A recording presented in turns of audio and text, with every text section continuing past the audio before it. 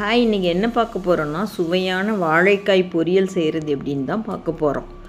அதுக்காக வாழைக்காயை தோல் சீவி ஒரு கடாயில் முழுகிற அளவுக்கு தண்ணீர் விட்டு உப்பு மஞ்சத்தூள் சேர்த்து நல்லா வேக வச்சு எடுத்துக்கோங்க. வாழைக்காய்க்கு தாளிப்புக்கு ஒரு மசாலா ஆட் பண்ண போகிறோம். அதுக்கு ஒரு மிக்சியில் தேங்காய், சோம்பு, தக்காளி, வரமிளகாய், பூண்டு சேர்த்து நல்லா அரைச்சி வச்சுக்கோங்க.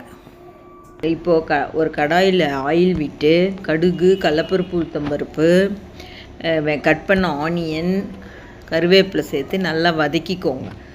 இந்த வெங்காயம் வதங்கினதும் அதில் நம்ம ஏற்கனவே வேக வச்சு வச்சுருக்கிற வாழைக்காயை ஆட் பண்ணி நம்ம அரைச்சி வச்சுருக்கிற மசாலா கலவையை மிக்ஸ் பண்ணி நல்லா கிளறி விடுங்க.